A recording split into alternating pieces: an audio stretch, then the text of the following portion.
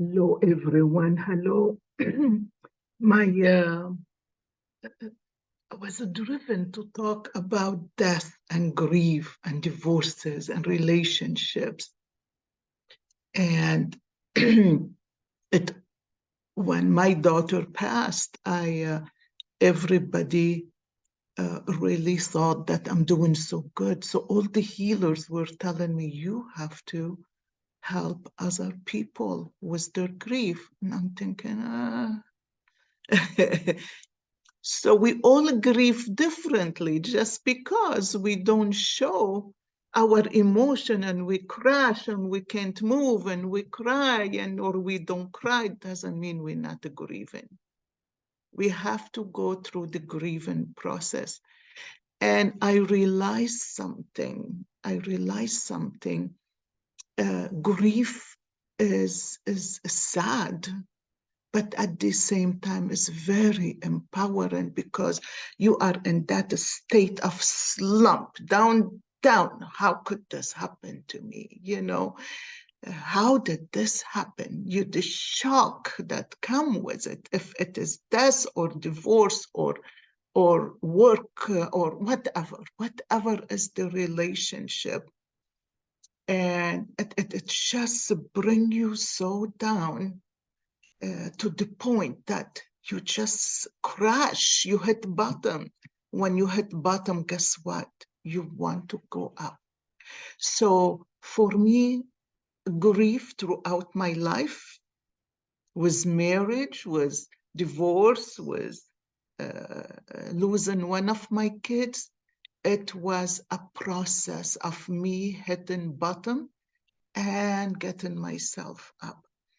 So, you know, um, everyone, everyone grieve differently. Everyone grieve differently, and I want to stick to death in here because this is my greatest empowerment now at this time of my life, after 3 years of losing my daughter, is me finding myself through all this, you know, and understanding why and how and going through all the emotions. We don't have to go through all the emotions like they tell you have to go to these steps. Steps are not linear, okay?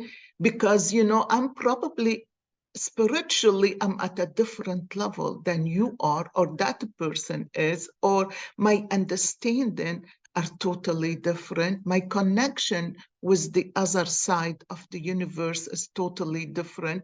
So we all grieve differently, and then our personality, So grief doesn't bring depression. Listen, grief, losing somebody doesn't bring depression. Grief brings sadness, and you have to learn to deal with the sadness. So many people go straight to get on antidepressants. And I was functioning so good. And so many people will come to me and say, oh, you need to get on antidepressant. You need to go see your doctor. But why? I'm doing okay. I'm going through the process and I'm dealing with it and I'm doing okay. Why do I have to be on antidepressants? No, I don't. And you don't. But then it all depends where you are. If you struggle with depression in your life, maybe you need to. Who knows? But the bottom line in here, don't judge people from the look on the outside, because what the heart feel is totally different. Totally different. What the people struggle with deep inside of themselves is totally different battle that they face. So my friends, I wanna share with you, I lost my mother in 2015. But my mother, I didn't have that great relationship with my mother. Till later in her life, like 7 years before she passed, I really, I was so tired of being put down, so tired of being put down every time I go and see them. Now, other people will say, I divorced my family, I divorced my parents. Well, I didn't, and I don't believe in this case. I don't believe that, so you want to divorce your family, it is okay. But what I did to work on myself, it an open door for my mother to mellow down, to see my beauty, to see how strong I am, and to see how I am different, that she was resistant that since I was a little kid. Before my mom passed, she shared a dream with me, and she said, Yola, I saw Jesus. And I looked at her, I said, what did you see? She said, I'm gonna die. I said, why? Why you say that? What did you see? She said, I was sitting on the ground, on the street, on the ground, begging for help. And then here I see these big feet of Jesus, big feet. And I looked up and it was Jesus. And I said, Jesus, help me, help me. And he said, don't worry, just follow me. And she said, I'm gonna die. And I said, okay. So she was at peace with it. But she didn't share this dream with anybody.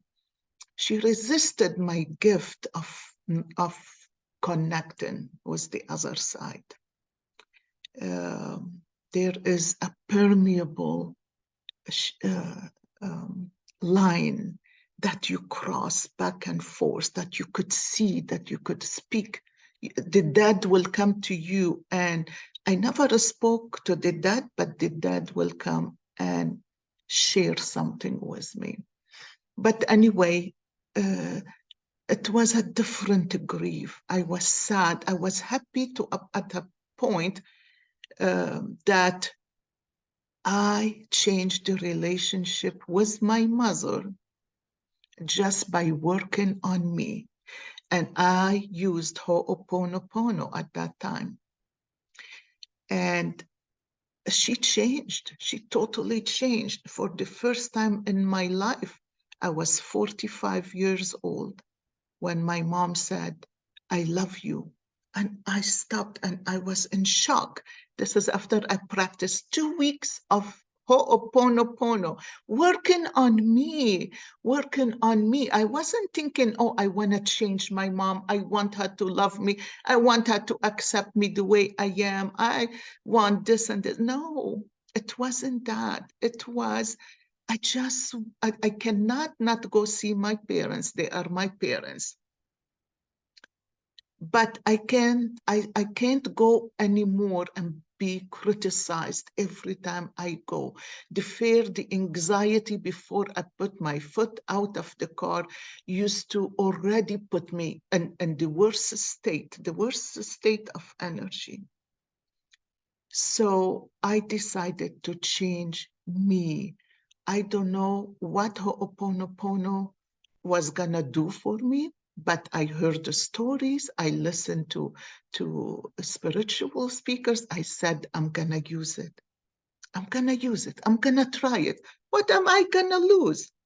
And it was that day when my mother, there was music. They have Lebanese music, and I started to dance and sing because I haven't heard the song for so long. So I was belly dancing around the house, moving on.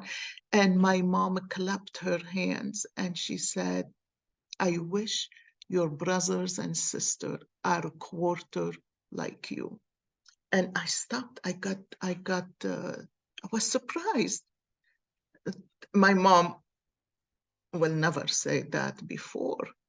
So when I looked at her, she said, yes, you always smiling, you always laughing with all what you've been through in life. You always happy, you don't complain. You never complain. You by yourself with your 4 kids and you never said, I don't have money. And that day when I left, she kissed me and she said, I love you. And since then, for 7 years, she will call me to check on me, which she never did before. And when she passed, I knew she's passing. And I had that understanding of this. I know we all have to die. And I know the time is coming. I just knew. And the nurse that was in hospice at that last day, she recognized me, and she put her hand like that and bowed to me. She knew automatically, just from the way I spoke, who I am on the inside. So she must have been a great healer herself. My mama passed, it was me and my sister with her. She waited till everybody went and just me and my sister there, and she passed. My sister just cried, wailed, and she couldn't stop. And I stood there with my hand like this, watching her soul just coming up. And the nurse ran. She said, Yola, go open the door. And I ran to open the door, and I swear there were more than 100 birds on the ground. And they just, shh, and they gone up. And I tried to look, where did they go? I couldn't see them. But I understood. I didn't cry. 2 weeks later, it was my birthday. It was Mother's Day. And my kids want to take me out, and I don't want to go out. I don't want to. I was so down that day. See, grief start. Everyone grieve differently. My sister wailed. My sister and brothers talked about me, how insensitive, how I don't love my mother, how I'm so hateful. How could I? I'm happy that she died, blah, blah, blah, blah, blah. Because I didn't cry in front of them. But 2 weeks later, I was pressure washing the pool out there. And it hit me, something hit me. With my mother's death, it was part of the grief. And I cried, and I cried, and I cried. I sobbed. I was pressure washing around the pool. And I was so happy that the pressure washer noise is so loud, nobody could hear me, you know. And I just cried. But I cried the whole day, the whole day. And then I had to stop and ask myself, why I am crying? What was my relationship in here with my emotions and my tears? My relationship is, even my mom changed and she cared and she did the best she can. My view of love was different. I wanted that love from my mother that I struggled all my life to please her to get it, and I never did. And I got a bit at the end, and thank God, you know, it was wonderful, but it wasn't what I wanted. And it hit me after I cried and cried and cried from like 9 o'clock to 4 o'clock in the evening. My kids calling me, Mom, we want to take you out. It is your birthday. It is Mother's Day. I didn't want to. Finally, at 4 o'clock, I stopped and I sat and I said, why am I crying so much? And I had to dig deep inside. It is not just I missed my mother or no, I'm struggling for love.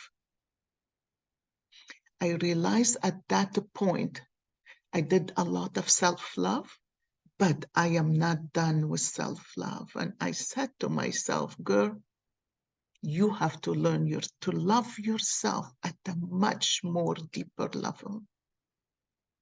Because there is no way I'm gonna cry again because I'm not getting the love I wanted. That's my job to do. When my daughter passed, it was totally different story. Grief is not the same. It depends on your relationship with the person. With my daughter, yeah, I wailed. I wailed.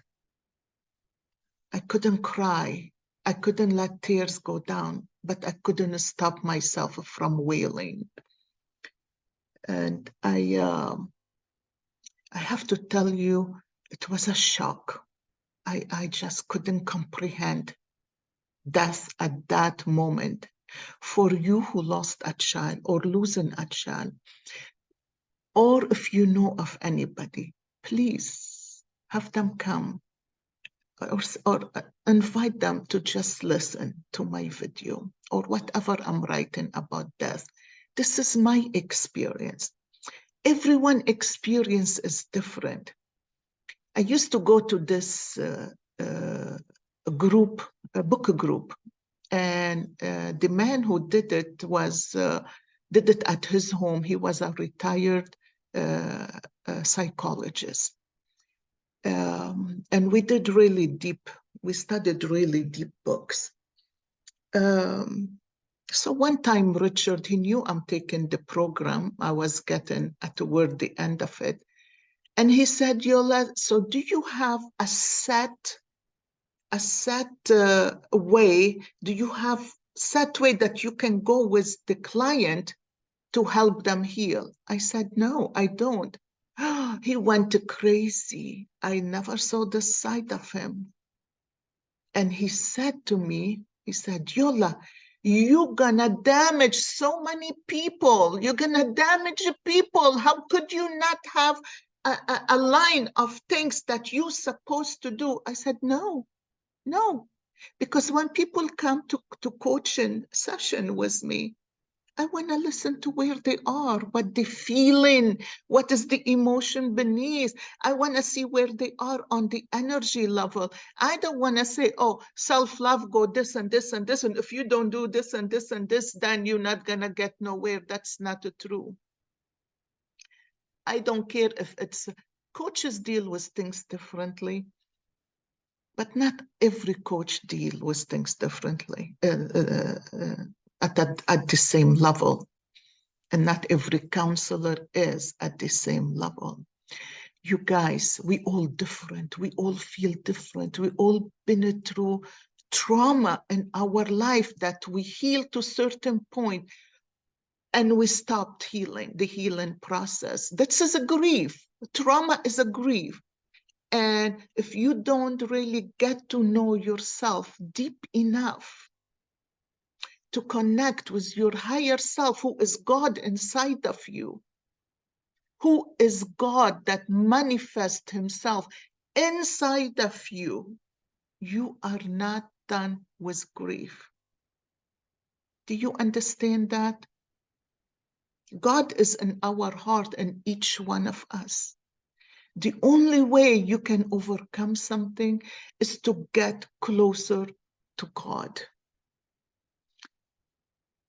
To find that ego. You know, like when my daughter passed, my sister-in-law, who she is so Christian, put the Bible all over her page. And because I don't, she assumed I don't pray to Jesus. I really don't pray to Jesus. I pray to God.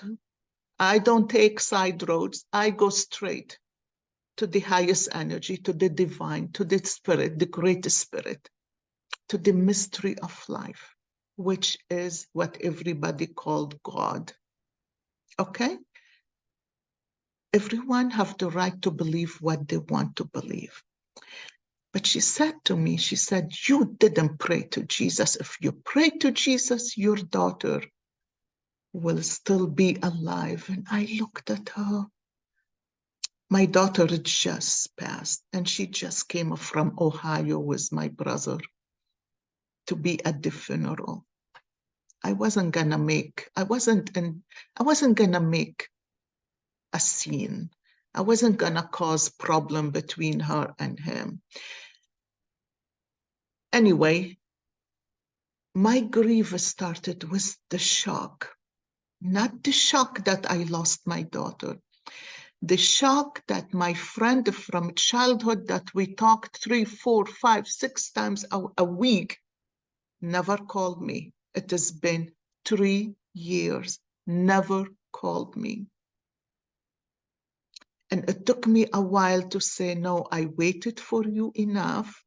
It is time for you to go. I blocked her off Facebook. No, you're not gonna come and see me and see what I write, you know, and put like. Really? Other people in my life that I thought they were friends, they weren't friends. They were the most selfish people. It was all about them. I had to let go of all that. That was grief by itself.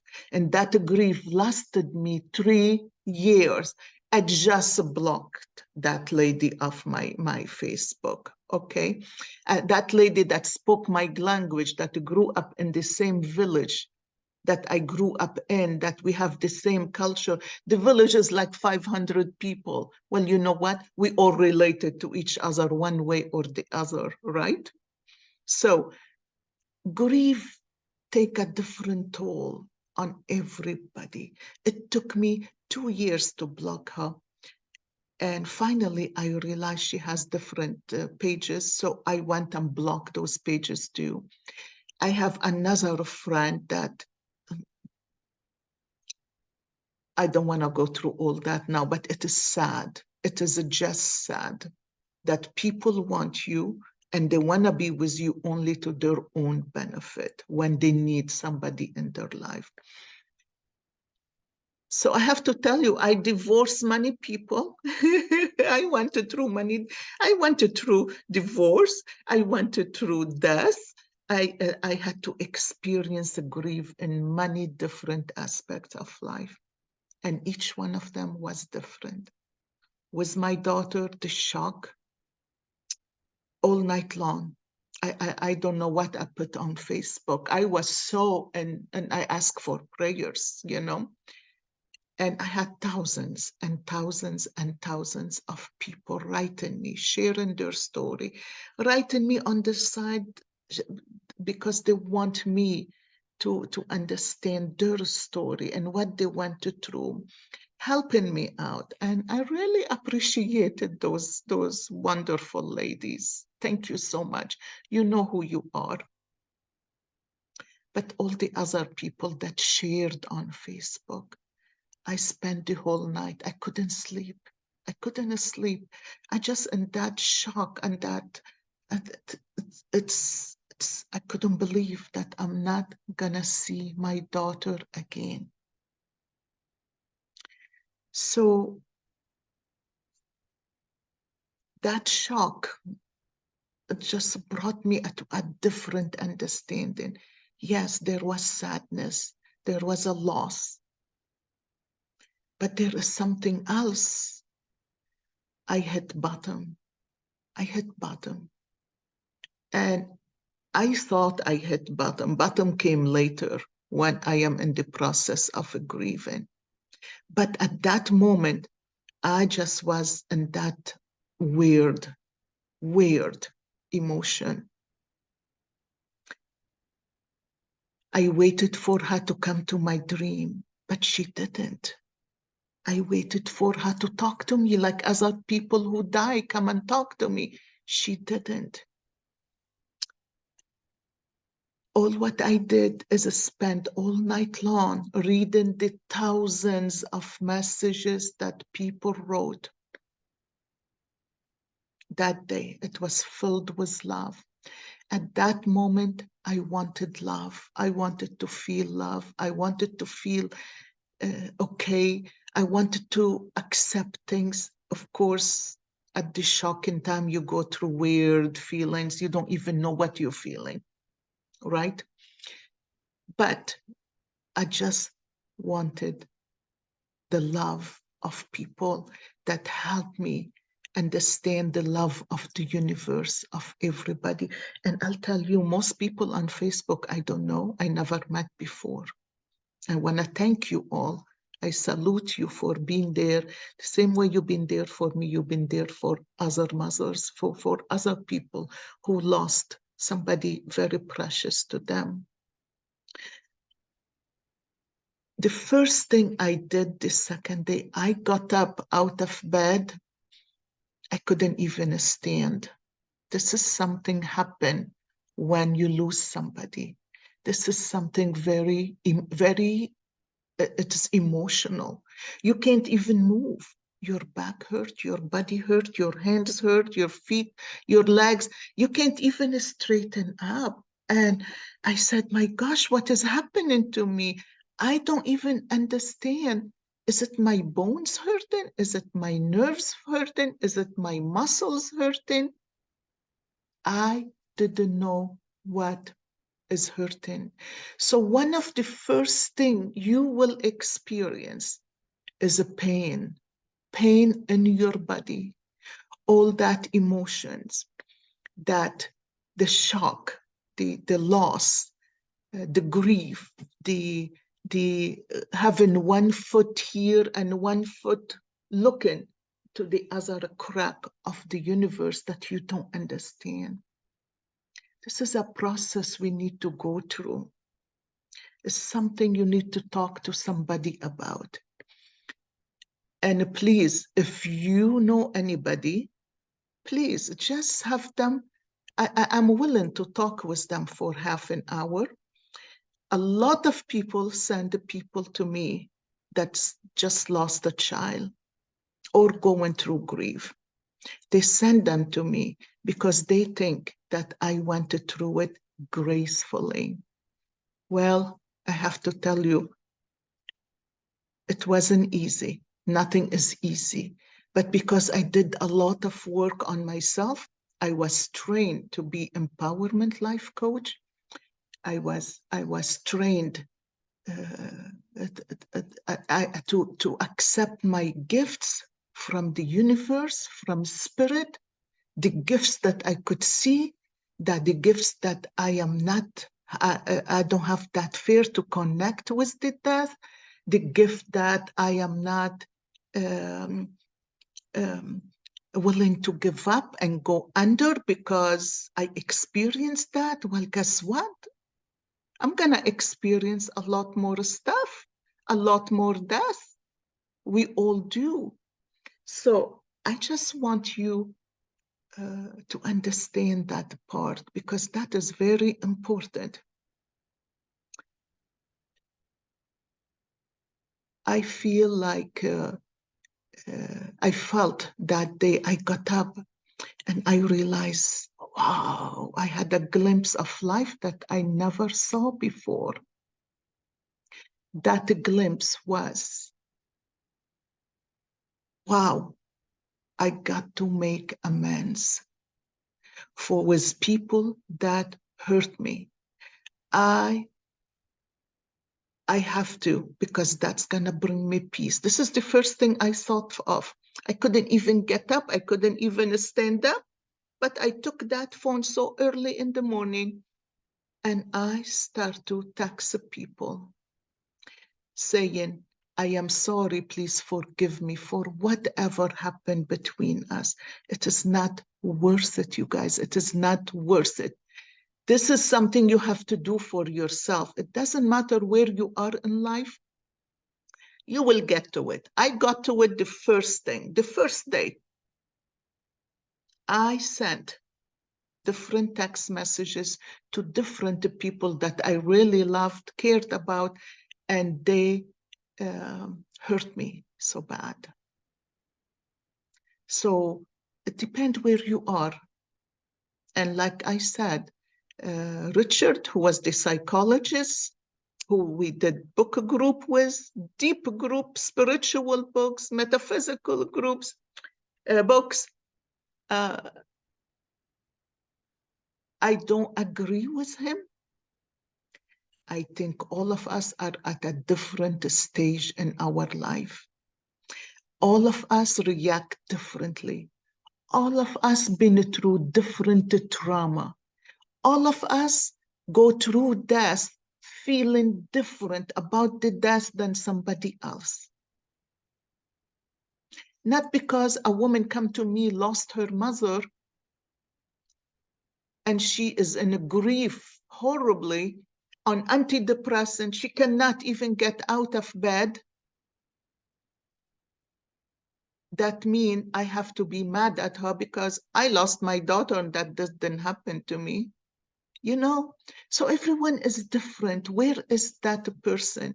So when people come to me, I help them at where they are on their emotional level, on their energy level, on where they are stuck. Okay? There is a lot of growing. Death is a growth. Divorce is a growth. Losing somebody in your life is a growth. Getting mad at your parents and not talking to them ever after that, that's not a growth. To me, it is not. And people will say you need to stay away from them. No, no. I don't care what your counselor said. I don't care what your psychiatrist said. You have to change, not them. If you are going through different stages of grief, different death, relationships, divorce, whatever is the grief in your life. A friend who you thought they are a friend and they're not at the end. That's a grief by itself. It's a process. It took me a while to let two people go. It's like, no, I'm done. I'm done. But I couldn't be done for a while because they meant a lot to me. So anyway, you know, if you know, I'm going to put little series, little by little, of the steps that I went through. I don't want to make the videos forever long, and I don't want to write a book on Facebook. So please share with the people that you love. Share with the people that's going through the grief, because grief at the end is growth, is love, is peace, is abundance. And it goes in different steps. And it's beautiful when you understand it. Beautiful. And I'm telling you this from my own experience, from being an empowerment life coach, from working with so many women out there to help themselves and heal themselves and have a better life. From doing the coffee cup readings. You guys, sometimes some women come so a victim in life. It takes a while. I prefer to do the coffee cup reading with them so they can work little by little on themselves. Because this way, I know exactly what they're going through. And I have them share the feelings with me once I start to tell them what happened. You know, so growth come in different ways, different ways. I have to tell you, it was, I think, the first 2, 3 months, and my friend Cynthia, she said, Yola, you got to come with me. We're gonna go on a weekend to go see Mariana. She lives on a 70 acres of woods, beautiful. And spirit is there, and you will connect and you will get many answers and get away for a bit. And I said, okay. So I went with her, and on the way going there, I said to her something.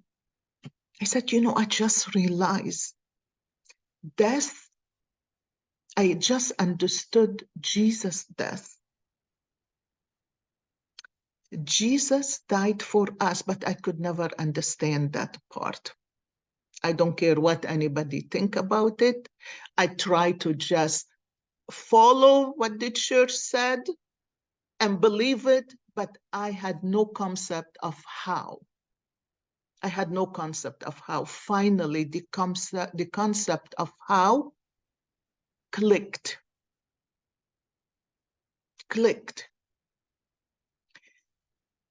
I lost my daughter so I can move on in life. This is what Jesus did for us. I lost my daughter, so I can grow in life. She reached to the point, this is her life. Jesus was 30 years old, 33 years old when he died, when they put him on the cross. Why did he die? How could he die? You know, some people think, oh, Jesus died for me, he saved me. No, he didn't save you. Nobody gonna save you but you. But he put a lot of examples so you understand how to redeem yourself. Jesus doesn't redeem you. You are going to redeem yourself. But Jesus showed you the way to redeem yourself. You know, the concept of Jesus, people misunderstood. Well, at least to me, I am not going to go into religion because I'm not a religious person anymore. I believe in a great mystery. I believe in Jesus and Buddha and Krishna, and anything that bring good and love, it is coming from God. But I want to go more into that, into all these emotions. I'm going to leave it to another video because this video got long enough. And I want you to share it. Share it with your friends, with your family, with people that lost someone and they're not dealing good with it. You probably dealt good with something the other person didn't. But even you yourself, you think you dealt good. I thought I dealt good. Everybody thought, wow, you need to go see somebody. Why? Because you don't sound like you lost a child. Well, of course, my understanding is way beyond, and I'm not gonna grief and crying doesn't come in front of people so I can please you. I do that separately for myself when I need it. And I'm gonna ask you to acknowledge that and do it for you, for you. I love you guys. And Dina, the concept at the end, it's only happened like 2-3 months ago. Somebody said to me, Yola, you have to tell her that you're okay with her death. If you then don't tell her you're okay with her death, she's not gonna move on. You're holding her from moving on. So, my friends, if you love the people that died, you have to let them go through the process because they tend to hang on. Okay? And we will talk more about that next time. Love you guys. Namaste and good luck. Good luck with everything. Please grieve the right way. Please find somebody to help you. Please get in touch with me for half an hour. Let's go through some process, see where you are, acknowledge where you are, and help you move on in life. You take care, and I will see you next time.